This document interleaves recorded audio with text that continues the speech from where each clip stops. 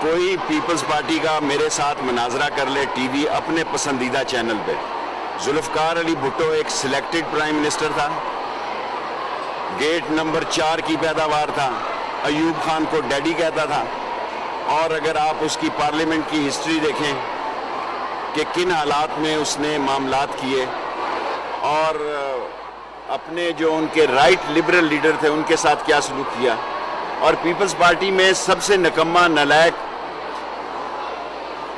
اس کو party head بنایا وراثت کی بنیاد پر. وہاں اعتزاز احسن ہے, وہاں قائرہ ہے, وہاں چانڈیو ہے, وہاں مصطفیٰ وہاب ہے, وہاں اللہ آپ کا بھلا کرے لطیف کھوسا ہے. ان کی کیا حیثیت ہے ان لوگوں کی کہ یہ ابھی ان کے دودھ کے دانت نہیں ٹوٹتے اور یہ پارٹیوں پہ آ کے قبضہ کر لیتے ہیں اور سیاست کرتے ہیں.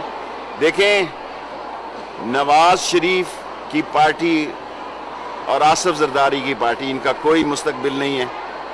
مولانا فضل الرحمان کا میں انتظار کر رہا ہوں کب وہ کال کی تاریخ دیں گے. وہ بھی انشاءاللہ نہیں دیں گے. آدھا مارچ گزر گیا, انہوں نے کہا تھا میں مارچ میں تاریخ دوں گا.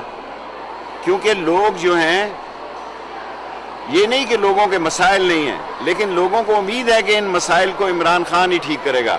جس دن لوگوں کو یہ امید ہو گئی کہ عمران خان کے علاوہ کوئی اور اس کو ٹھیک کر سکتا ہے, اس لیے ہمارا مسئلہ ہوگا. یہ دال, چینی, گھی, یہ ہمارے مسئلے ہیں اور ہم اس کا ہم نے حل تلاش کرنا ہے.